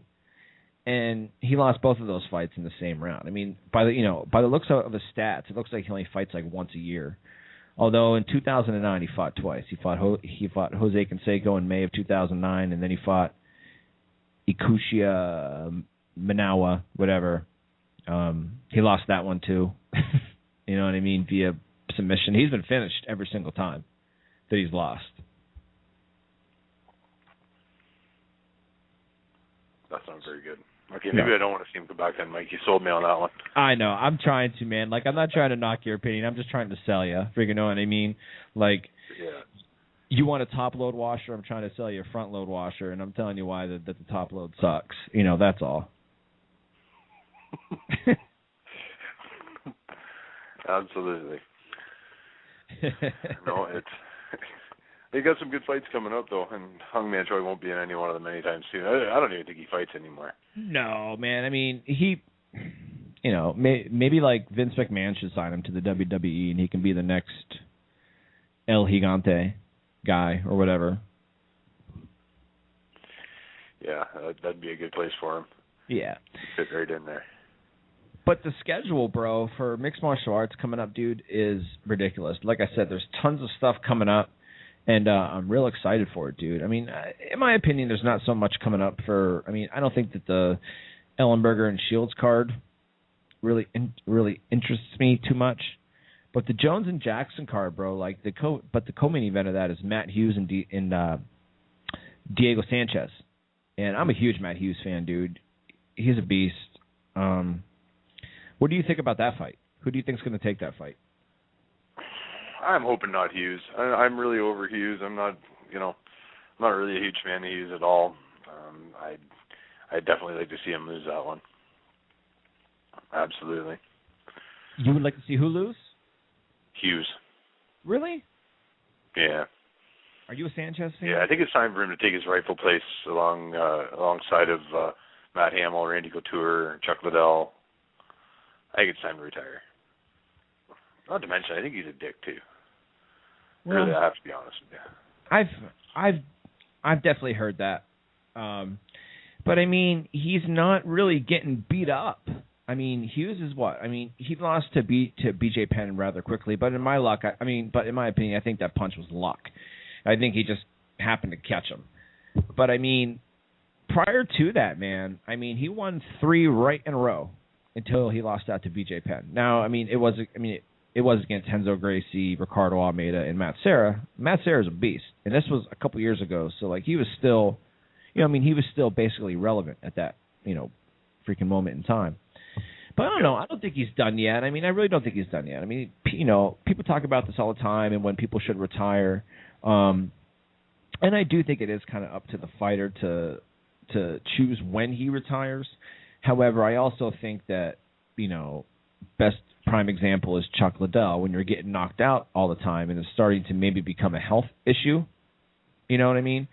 Then it may be time to get out of the sport. But with BJ Penn knocking out Matt Hughes, like, I think BJ Penn just caught him. I mean, I understand that that's a win and whatnot, and it goes down in the books as a win. But, like, that was just a really fast knockout, bro. Yeah, I think it was just as shit lucky as Kongo was over Pat Barry. Just a swing in the dark and away we go. Right. And even BJ Penn was shocked. He, even said it before, he was shocked. He had no idea that it was going to happen like that. I mean, he ran out of the cage shocked. He did. You know what I mean? They had to bring him back for the interview and things like that. Like, he was just like, wow, really? He's like, that just happened? And Matt Hughes was even smiling. He's like, that, his face even was like, really? That just happened? Really? He caught me? I mean, he just caught him perfectly. Yeah. But outside of that fight, really, on that card, it's not a real deep card. No, it's not. Let's see. There's another one of those fights. I have to ask who the fighter is. Who is Rob Broughton? That's one. He's fighting Travis Brown. I can't say that I've seen the guy fighting. If I have, it really wasn't very significant. Yeah, likewise, like I don't want to take anything away from him, but I mean Travis Brown just had a pretty impressive victory over Stefan Struve, and I would think that he would have been given a little bigger competition. I would have thought so too. I mean, I don't know who this Rob Broughton guy is or whatever, and I apologize. I mean, and if like someone out there knows a lot about him, I mean, you can come out onto the chat and you can let me know or give us a call. But I mean, I don't really know much about this guy. And according to Travis, you know, I mean, like if you look at Travis Brown's performances, I mean, he's 11-0, 11-0-1.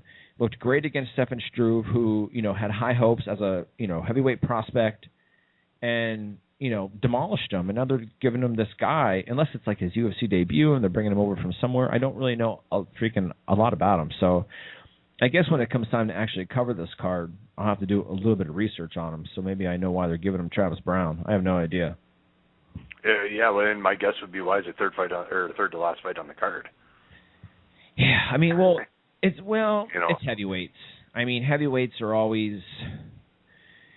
fights are normally very exciting, and they try to give people exciting fights on the pay-per-views. I do know that. But, I mean, I think that Taka Noragami and Nate Diaz is a bigger fight than, you know, Brown and this Broughton guy. You know, it's just my opinion. I'd put Mark Hunt and Ben Rothwell up there. Yeah, absolutely. I'm pumped for that fight. Me too. That's going to be a good one. Yes, it is, man. I've had the fortune to meet Ben Rothwell a couple times. Right. I mean, Mark Hunt doesn't have the greatest records. So, like, this just kind of shows that where the UFC is as far as their heavyweight division goes. I mean, Mark Hunt's like 6-7, bro. You know, how often do you see a losing record fighting in the UFC? You know, not very often. And much less on the main card. Yeah, I mean, not very often. So this is just kind of showing either the weakness of this entire card or just the weakness of the heavyweight division and period. You know what I mean? I don't think I've ever seen a guy fight in the UFC with a losing record. At least not in the past few years. I had no idea that Mark Hunt had a 6-7 record. Ben Rothwell isn't much better. No, I mean, his record's a little better. I know you can't always go by records, but I mean, you know, he has 38 fights. He's 31-7. So that's a pretty beast record, dude. But you're fighting a guy that, you know, 13 fights and you've lost more than you've won. I don't know. That doesn't say much for your heavyweight division. It really doesn't. And you can't really tell me that, you know, you can't come out and say, well, Cain Velasquez is the best heavyweight in the world. Well, why? Because, you know. Because he's the champ. Yeah, because he's the champ, and that's it. I mean, when you have guys in your division that have a 400 winning percentage, it doesn't really give me a lot of enthusiasm that you have the best heavyweight division in the world. When Overeem was over in Strikeforce, I thought their heavyweight division is much better. I still think it's much better. But, I mean, when Overeem was in there, that far surpassed the UFC's heavyweight division. I don't know if I would agree with that or not. I think we're going to see what should have happened a long time ago when they melt everything together. That's kind of where everything should have been. You know, now we'll see who the best is. Really. Right. And I can't wait. I mean, if Cain Velasquez runs through JDS, or if JDS runs through Cain and then runs through everybody else, and Overeem wins a few fights and they give him the title shot and Overeem loses, then we'll be like, okay, now we know. But now we're finally going to have all of the best heavyweights in the world, you know what I mean, in one division. And, you know, I wouldn't even care if they brought Fedor over for 1 or 2 fights. I just want to see how he does. You know what I mean? Like if he goes over to Russia, and he's going to fight in Russia soon, his opponent hasn't been announced. It's probably going to be like Andrei Arlovsky, who they know he can beat. But I mean, if he goes on like a 2, 3, 4 fight win streak, I would like to see him come over, sign for 1 or 2 fights, you know what I mean? Put him up against a pretty beast heavyweight and see like how he fares. Or will the UFC once again prove that they are telling the truth when they say that they're the top division in the world? The top promotion in the world, because if Overeem comes over and all these heavyweights come over and they all get rolled by these top heavyweights, then once again they have proven their fact. You know, a lot of people, right? Sorry, go ahead, Mike. No. That's fine. I mean, just a lot of people out there, and you know, they're entitled to their opinion, and I have some outlandish opinions as well, as we all do. But a lot of people are like, and I bring this up all the freaking time, but they always say, oh, these stuff are zombies. All they know is the UFC. Well, to this day, man, the UFC has proven that they hold the best fighters in the world because they bring over all these guys with high hopes that are running through people in other promotions, and they come into the UFC and they get their asses whooped. Kid Yamamoto. People have been itching for him to get into the UFC forever, saying he's going to beat people's asses and blah, blah, blah, blah, and he's the future. Demetrius Johnson granted, he laid on him for 15 minutes, but, it just proves a point that the UFC, that a lot of what the UFC says holds a lot of weight. It absolutely does. There's no doubt, hands down, they do have the best fighters. We see that with every promotion that gets eaten up by them. WEC, Pride, no different. And I think once the Strikeforce guys come over, you're going to see one, maybe two, the same as when Pride came over and WEC came over, that are really going to make a run for titles in their respective divisions. But there's not going to be a whole lot of them, the guys from Strikeforce, staying around. Once I could see Josh Barnett, Overeem if they bring him in, and maybe Karatanov. Other than that, I really don't see any of the rest of them making a real contribution in any way to the current situation in the UFC. Me either, whatsoever. They may bring a few extra ones over just to make the division a little deeper and to see how they perform. You know what I mean? They might put on, they might give them a couple smaller, a couple less known opponents just to see how they fare. If they lose, they'll fire them. And if they win, they'll give them one fight. They'll give them a one-fight deal. If they win, they might sign them to a two-fight deal. And if they lose, they're done. You know what I mean? Kind of like they do with the Ultimate Fighter guys. They might give them one more fight. Even if they lose on the show, they'll let them fight one more time, or maybe even twice more. Even two more times. Just to see if it was just the pressure of the show, of fighting so much in such a short period of time, giving them ample time to train, and then giving them a fight and seeing how they, and actually seeing how they perform. And then if they lose, then they're gone. You know what I mean? Kind of like Bruce Leroy. For instance, they gave him another chance up against Jimmy Hedges, and he lost.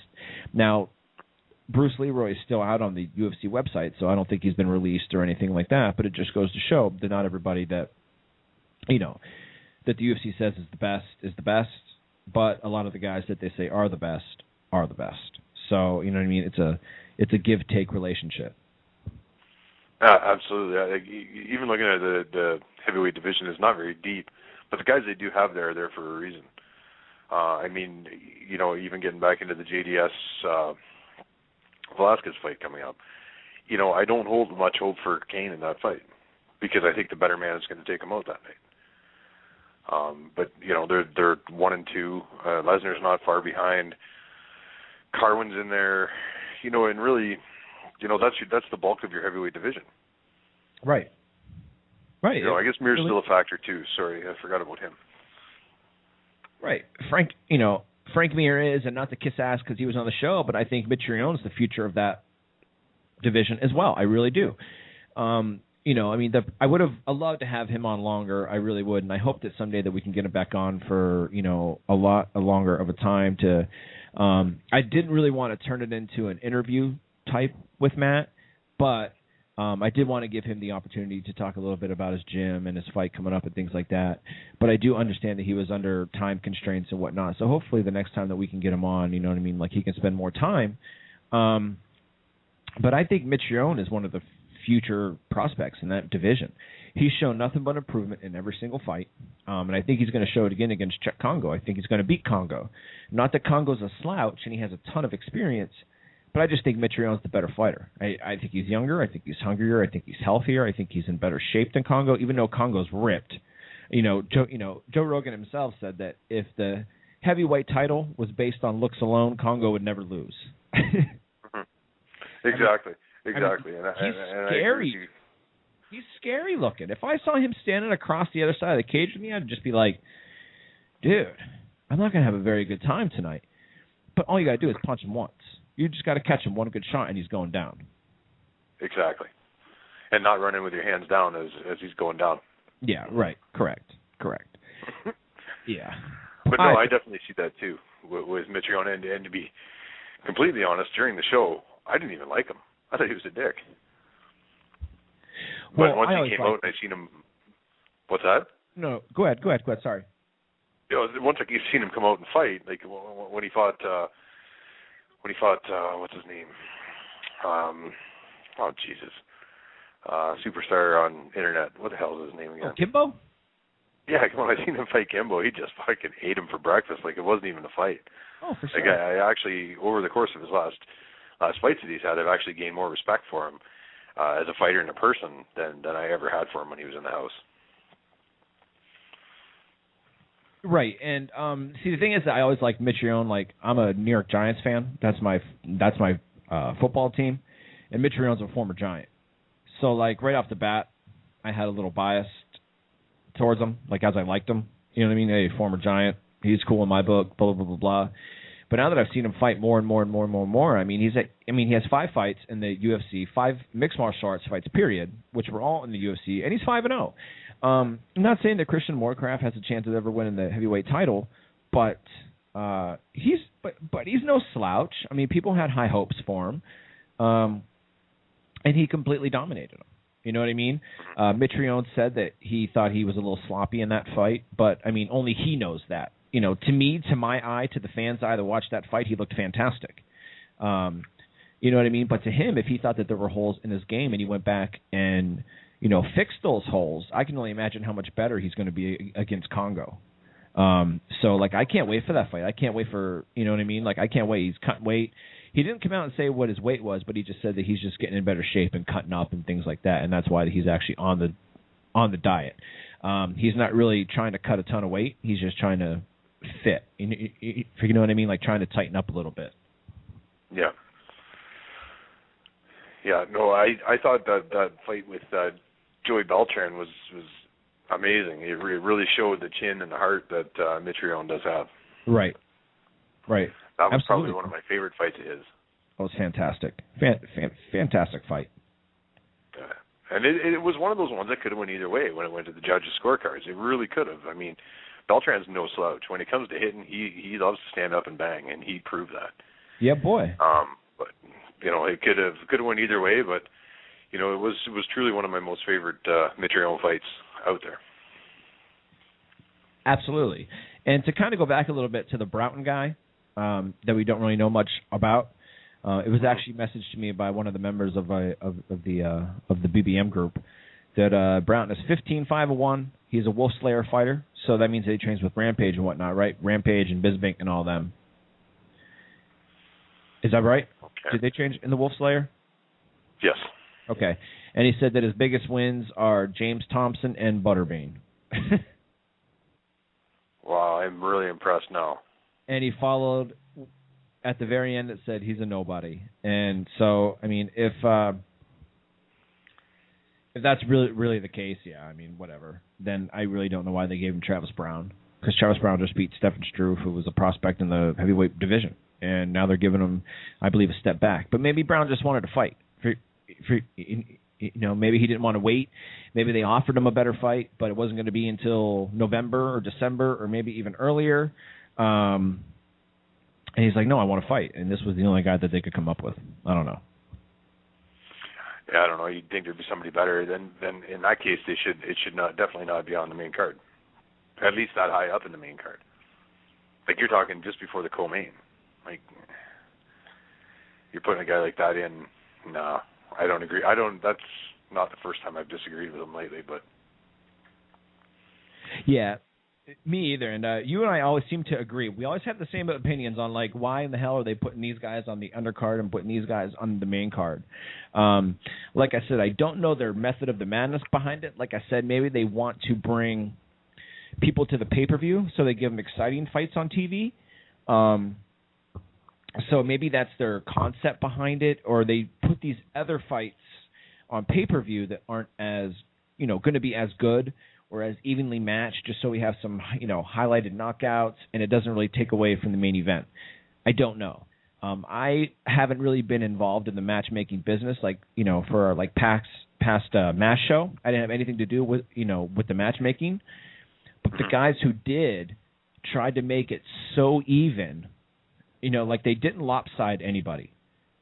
Kind of know what I mean? Like they didn't give anybody that they knew that they were going to run through. Now there were a couple, there were a couple quick fights. A couple guys dominated, but that's not how the fights were set up. And most of the fights, bro, were so good and so exciting because the guys were so evenly matched that I would rather watch a 15-minute war than a 30-second knockout of just some guy who can't hang. Mm-hmm. And I was just looking them up on Wikipedia, and I'm not thinking he's going to offer a whole lot to Travis Brown.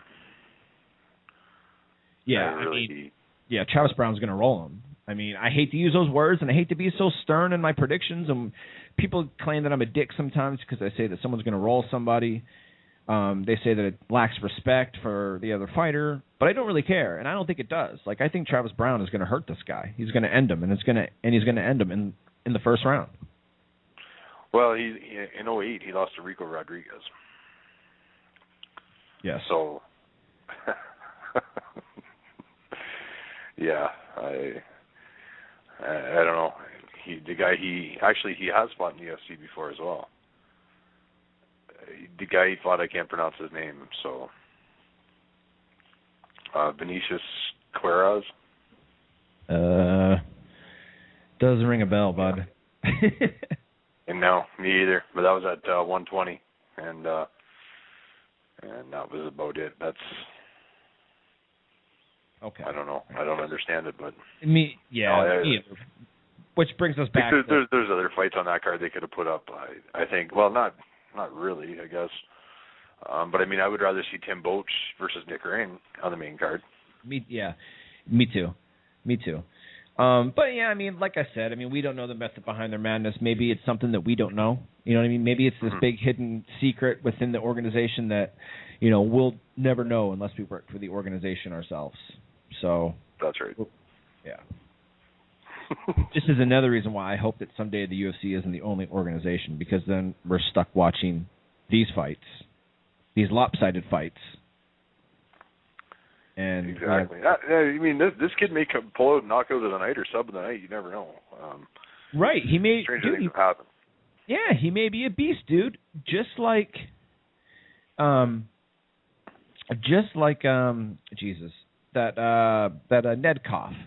who finished Luis Kane at freaking UFC Rio. I picked Kane to win that fight. I picked Luis Kane to win that fight. I'm like, who is this Nedkoff guy? Blah, blah, blah, blah. He's making his UFC debut. They're just feeding him to Luis Kane. And when I was watching that fight, I'm like, dude, all this guy is doing, all this Nedkoff guy is doing is throwing the overhand right. That's all he's doing. Overhand right. Overhand right. That's the only punch he was throwing. But as it kept going, like Luis Kane was getting the advantage in the stand-up. But as the fight kept going, I'm like, he's going to catch him with that right. He's going to catch him because he's not really defending it. And shit, too, didn't Nedkoff catch him? And then left hook him right after that. And I don't know if Luis Kane was trying to break dance off of the cage. I'm not sure if you noticed it, but it almost looked like he was like running over to the cage and try to like do like a drunken version of the Anthony Pettis kick. I'm not really sure what he was doing, jumping off the cage like he did or trying to. But I think he was just knocked so fucking stupid he didn't even know where he was, Mike, to be completely honest with you. Yeah, he didn't know what he was doing. I was like, what's this guy doing, man? Is he trying to like bounce off the fence and trying to give him a back elbow? You freaking know what I mean? I'm not really sure what he's doing.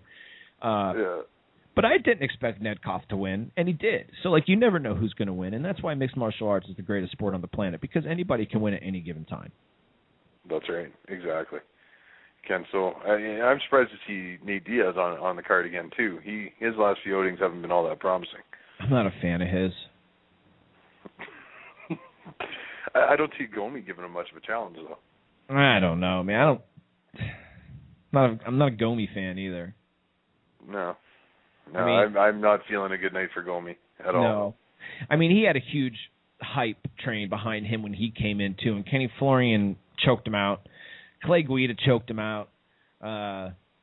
He knocked out Tyson Griffin, but Tyson Griffin also dropped the weight division after he got knocked out as well. So I don't really know. You know what I mean? Like, talking to Origami reminds me of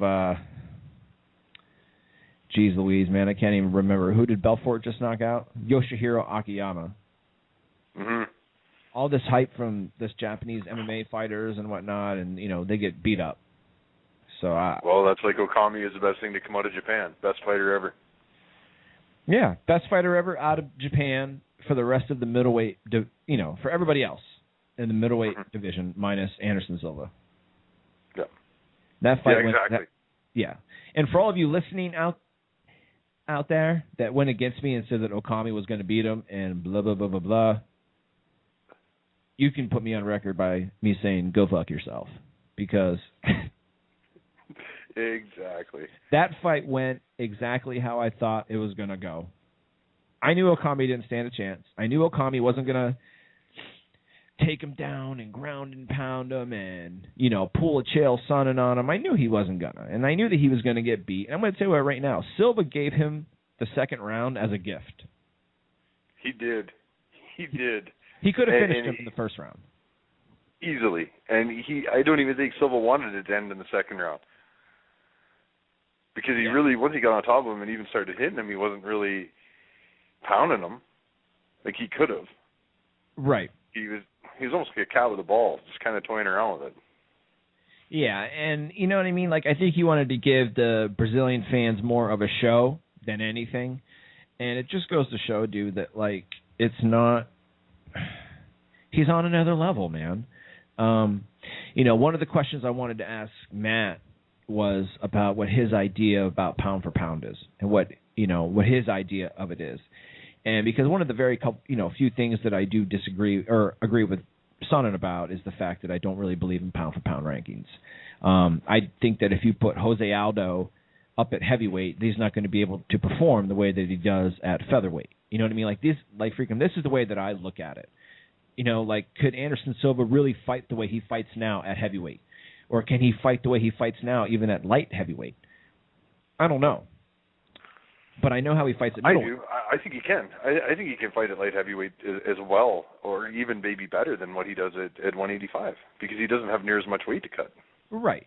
But pound for pound to me means that basically your skills at any weight division you would dominate, right? But could you really have that quickness in those skills weighing 240 pounds? I don't know. So that's why that I just say, I think it's just a made-up title, and there'll never be a title for it, and I understand why people talk about it, but why not just say Anderson Silva is the greatest middleweight mixed martial artist ever, or just say he's the greatest mixed martial artist ever. Like, when you say pound for pound, it's like, well, I don't know if it's pound for pound, because I don't know how he would fight at 240 pounds. Freaking, why not just say that he's the greatest, you know what I mean? Yeah, I hear you, and that's one of the biggest catchphrases that have come out in a long time. Once somebody used it once, well, now every champ that comes along is the best pound for pound. I've even heard it with Jones that he's the best pound for pound. Oh, they have him like fourth on the list, and I don't know why. Because in all honesty, I think if Rashad wasn't in the mix, I would like to see Jones Silva fight for the 205 belt. If Jones gets through Rampage. Yeah, I don't know. I think we'll see GSP and Silva before we see Jones and Silva. I really do. I think we'll see that fight first, because Silva has already publicly said, I'm not leaving 185. I never will again. I'm going to retire at 185. So if we're going to see any kind of super fight, it's going to be GSP and Silva. And I don't know. I think GSP has a lot more to prove at welterweight than what Silva does. I think GSP has more competition down in 170 than Silva does at 185. I think GSP's got to start fighting. I really do. His next fight better be like a knockdown, drag out type of affair. Right. Absolutely. But he wins. It's also up to the guy that he's fighting as well to beat him. It's also up to them. It's not just up to GSP to finish him, but it's up to the other guy to beat GSP. If they can't bring it to him, then they can't bring it to him. That just goes to show how good how good GSP is. Yeah, but look at Silva. Nobody can really bring it to him, and he just punishes people. other than a few boring fights he's had where he got a stern warning from Dana Right. that if he sees it again, he's going to be fired. Right. Well, shouldn't that apply to GSP too? Shouldn't he start to have to step it up and get in there and bang and get a little bit reckless? Yeah, I mean, but he never did the same antics what Silva did. Like Silva, literally ran around in circles for 20 minutes. So I mean, it's kind of a hard comparison because GSP never did those sort of things. But I mean, we're down to our few seconds here. I'd love to carry on this conversation. Boy, time flies on this show sometimes. It really does, and it sucks. I wish I could have 3 hours. But oh shit. But everybody that's listening, before it cuts me off, I do want to say that Wanted Industries is the official sponsor of Cage Talk, and you can check them out at wantedindustries.com. It's a great site. It's great freaking looking clothing, man. Go out. It's a new take in mixed martial arts apparel. So go out, buy some shit. It's good shit. And once again, I want to thank Matt Mitrione for coming on to the show. Hopefully next time, brother, we can do it a little longer. And Jason, thanks again for coming on, bud. As always, my pleasure, Mike. All right, bud. Take care. You too, man. We'll talk to you later.